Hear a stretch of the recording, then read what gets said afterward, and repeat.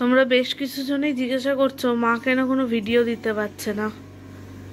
দেখে বুঝতেই পারছো নিশ্চয়ই, মায়ের প্রচণ্ড শ্বাসকষ্ট হচ্ছে লাস্ট বেশ কিছুদিন ধরে। প্লাস এত বুকে জল জমছে যে এখান থেকে অক্সিজেন, বাড়িতেই অক্সিজেন দিতে হচ্ছে। হসপিটালে গিয়ে তো দিতে অবশ্যই হচ্ছে। হাতের মধ্যে প্রেশারের মেশিনটা লাগানোই রয়েছে, কারণ কিছুক্ষণ ছাড়া ছাড়া প্রেশার চেক করতে হচ্ছে, এত প্রেশার বাড়ছে, 200-র ওপরে প্রেশার উঠে যাচ্ছে। হসপিটালে গিয়ে তো এগুলো চলছেই, কিন্তু হসপিটাল থেকে ফিরে বাড়িতেও অক্সিজেন দিতে হচ্ছে। এখন শ্বাসকষ্ট এতটাই বেড়েছে, একদিন ছাড়া একদিন তো ডায়ালিসিস নিতে হচ্ছেই। তার সাথে বাড়িতে যখন থাকছে আওয়াজটা পাচ্ছ সেটা কিন্তু অক্সিজেনের আওয়াজ, অক্সিজেন কনসেন্ট্রেটার থেকে আওয়াজটা আসছে। বাড়িতে যতক্ষণ থাকছে অক্সিজেন নিতেই হচ্ছে ম্যাক্সিমাম টাইম। কিছুক্ষণ হয়তো বসছে, আবার খানিকক্ষণ বাদে শরীরটা খারাপ লাগলে অক্সিজেন নিচ্ছে। সারাদিন এইভাবেই যাচ্ছে, যে কারণে ভিডিও আসছে না। এই যে আঙুলে সবসময় অক্সিমিটারটা লাগানো, পুরো মনিটরিং করা হচ্ছে সব সময় শরীরটা কি হচ্ছে না হচ্ছে। একদিন ছাড়া একদিন ডায়ালিসিস নিয়ে জল এত জমছে, একদিন ছাড়া একদিন ডায়ালিসিস নিতে হচ্ছে। সেখানে গিয়েও সুগার প্রেশার ফল করছে, পুরো জল বের করা যাচ্ছে না, যার ফলে আবার একদিন গ্যাপ দিয়েই নিতে হচ্ছে। সব কিছু মিলিয়ে পরিস্থিতি খুবই খারাপ, যে কারণে এখন কোনো রকমের কোনো ভিডিও মা দিতে পারছে না।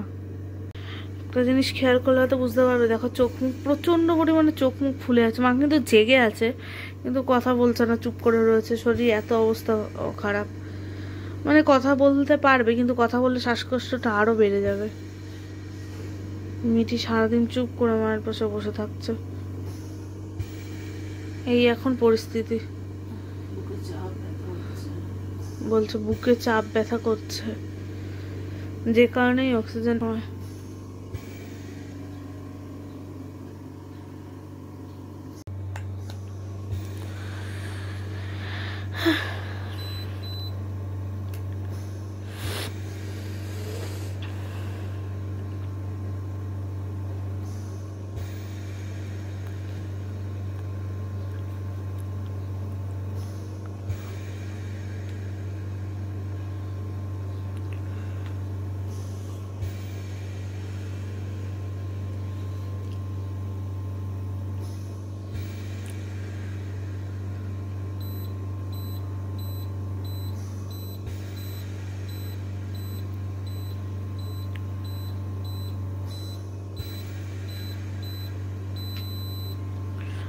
একশো 82/116, এটা কোনো নর্মাল প্রেশার?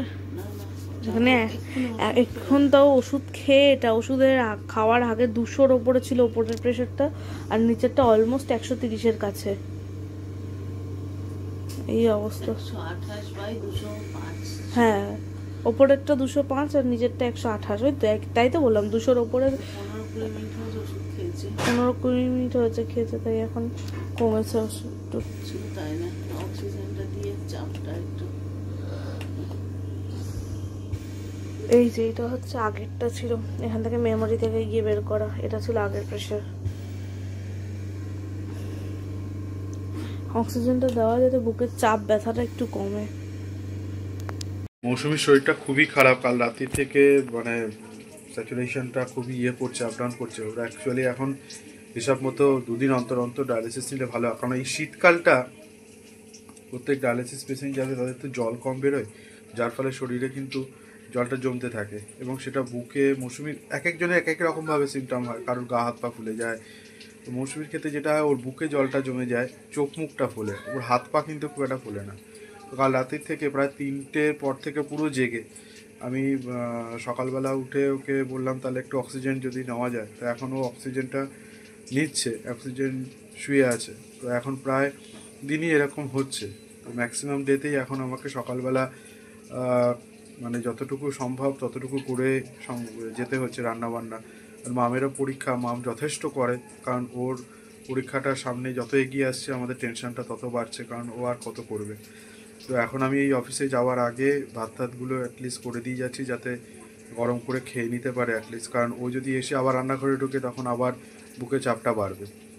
তো এই আর কি, ভাত করছি এখন, আর কিছু তরকারি যদি একটু করে দিয়ে যাই, দেখি তাড়াতাড়ি সুস্থ হয়ে উঠুক। কারণ এখন ম্যাক্সিমাম ডিতে এরকম হচ্ছে, অফিস যাওয়ার আগে আমাকে কিছু করে যেতে না গেলে স্বাভাবিক, মামও ছোটো মানুষ, ও কত করবে। হ্যাঁ, আর দুপুরে কিছু না করে দিয়ে গেলে মৌসুমি সেই খাবে না। আর না খেলে আরও শরীর খারাপ, তখন প্রেশার লো হয়ে যাবে, তখন আর একটা বিপদ ঘটে যাবে। তো এখন এইভাবেই আমাদের রুটিন চলছে কদিন। শীতকালটা আশা করি এইভাবে না কাটলে ওইভাবেই কাটে ম্যাক্সিমাম পেশেন্টের। আবার গরমটা পড়লে কী হবে, ঘাম হলে তখন আবার জলটা বেরোলে তখন শরীরটা ঠিক থাকে। তো সঙ্গে থাকো, টাইম টু টাইম তোমাদের আপডেট দেবো। মৌসুমি তো আপডেট দিতে পারছে না কারণ ওর শরীরটা খারাপ, আমরাই এবং মাম আপডেট দেবো কেমন আছে। প্রে করো ওর তাড়াতাড়ি সাথে সুস্থ হয়ে ওঠে। এই যে ভাত বসিয়ে দিয়েছি, এখানে ভাত বসানো আছে, আর এখানে একটু সবজি কেটে রেখেছি, একটু সবজি করব, আর একটু মাছের ঝোল, দেখি মাছ আছে ফ্রিজে, মাছের ঝোল করে রাখবো। তো সঙ্গে থাকো, দেখা যাক। মৌসুমির সুস্থতা কামনা করি তোমাদের কাছে, সবাই প্রে করো।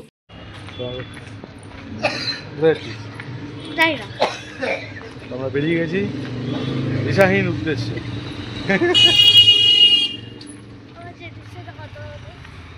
আস্তে আস্তে ওর পিসির সাথে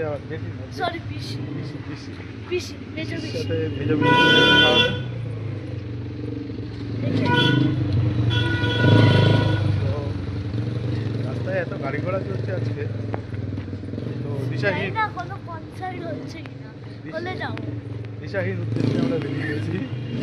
আমরা দিকে যাবো ঠিক করতে পারছি। যেই জায়গায় একটা ফেস্টিভ্যাল টাইপস মানে একটু জমজমাট জায়গা যেতে পাবো, সেই জায়গাতে ঢুকে যাবো। জায়গায় গিয়ে পছন্দ। সঙ্গে থাকো, দেখা যাক কোথায় গিয়ে পৌঁছাই। নিয়ে যাচ্ছি।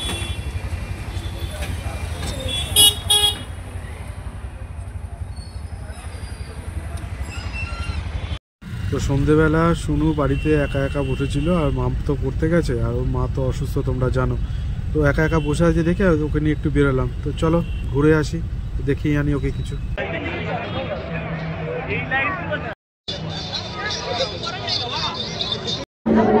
কি করছিস বেটি?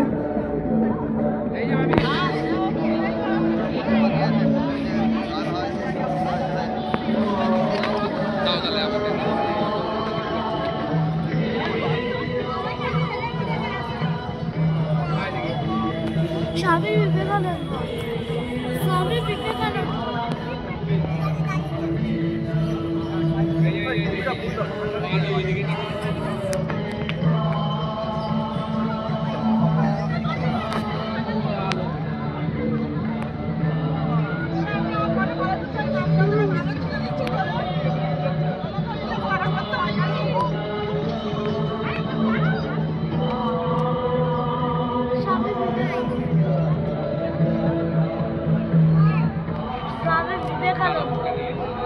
স্বামী বিবেকানন্দ।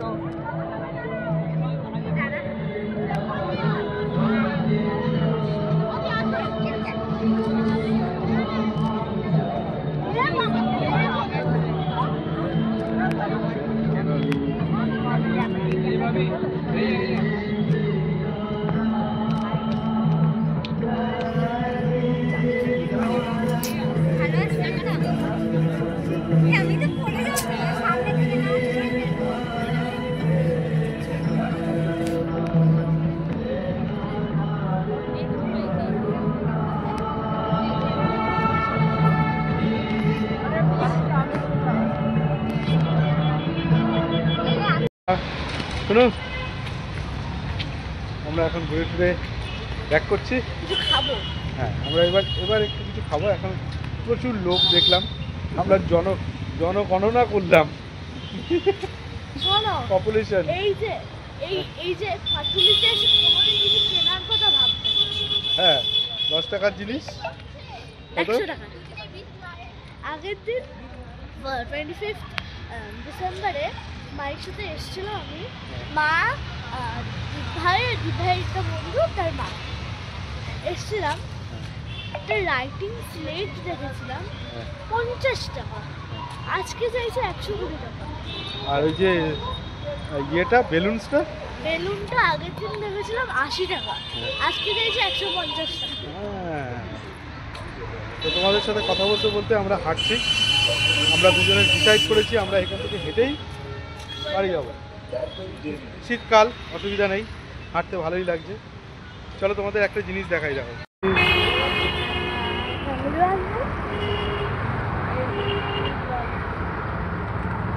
করো, আমাদের রাখো দাদা তো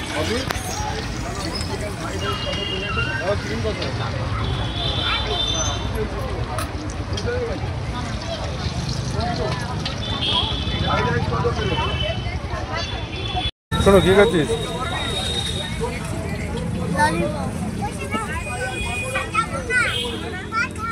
ভালো কিরম? প্রচন্ড ভিড় হয় এই দোকানটা আমাদের।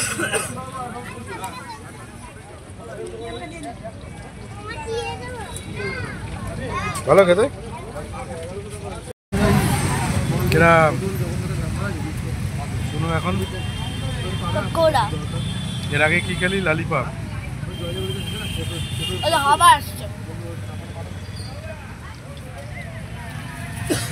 দোকানটা এত সেল হয়, এখন কিচ্ছু নেই, সব শেষ হয়ে গেছে প্রায়। কটা বাজে এখন? রাত্রি 9টা বাজে, তার মধ্যে সব শেষ।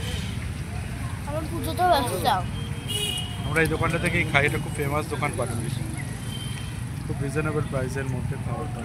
বাড়ি ফিরে এসেছি, শুনো কিরম আনন্দ হলো? মজা হয়েছে। হ্যাঁ, এই একটা এটা পপকর্ন কিনেছে ও, আর ওটা আর এই একটা বাড়িতে তৈরি করে। এইটা আমি বাড়িতে তৈরি করে খেতে পারবো, এই ফ্লেভারটা একটু পপকর্ন। আর যদি ইচ্ছা না করে বাড়িতে করে খাওয়ার, এটা 10 টাকা, ওটাও 10 টাকা, এটা রেডিমেড। শুনো আজকে কিছু বায়না করেনি কিছু কেনার, ও কিনতে চেয়েছিলাম বাট পাইনি সেটা। এক্সেসিভ দাম। হ্যাঁ, যেটা 10 টাকার দাম এখানে গাঙ্গুলি বাগানে, 100 টাকা। সেটা ওখানে 100 টাকা। সুতরাং আননেসেসারি পয়সা আর খরচা। এখন যেটা আমি চেয়েছিলাম সেটা যদি আনতে হতো, সেটা আমার যেতে হতো অনেক দূরে, একটা স্টোর আছে, স্টেশনারি স্টোর। ওটা আর পায়ে একটু আমার লেগেছে, আমারও একটা মুচকে ক্র্যাম্প গেছে, ধরেছে। আমার পাটা ভাঙা পাটাই একটু মুচকে গেছে, আমারও ক্র্যাম্প যার ধরেছে। ফলে আমি আর হাঁটতে পারছি না। না যে চল বাড়ি চ, অনেক ভিড়ের মধ্যে লোকের মাঝখানে। ও আরেকটা জিনিস কিনেছি, এই যে লিপ বাম। একটা লিপ বাম কিনেছি। আমার ঠোঁট খুব ফাটে, এটা ভালো লাগে। চলো জামা কাপড় ছেড়ে নি, তারপরে খাওয়া দাওয়া করে আবার ফিরছি।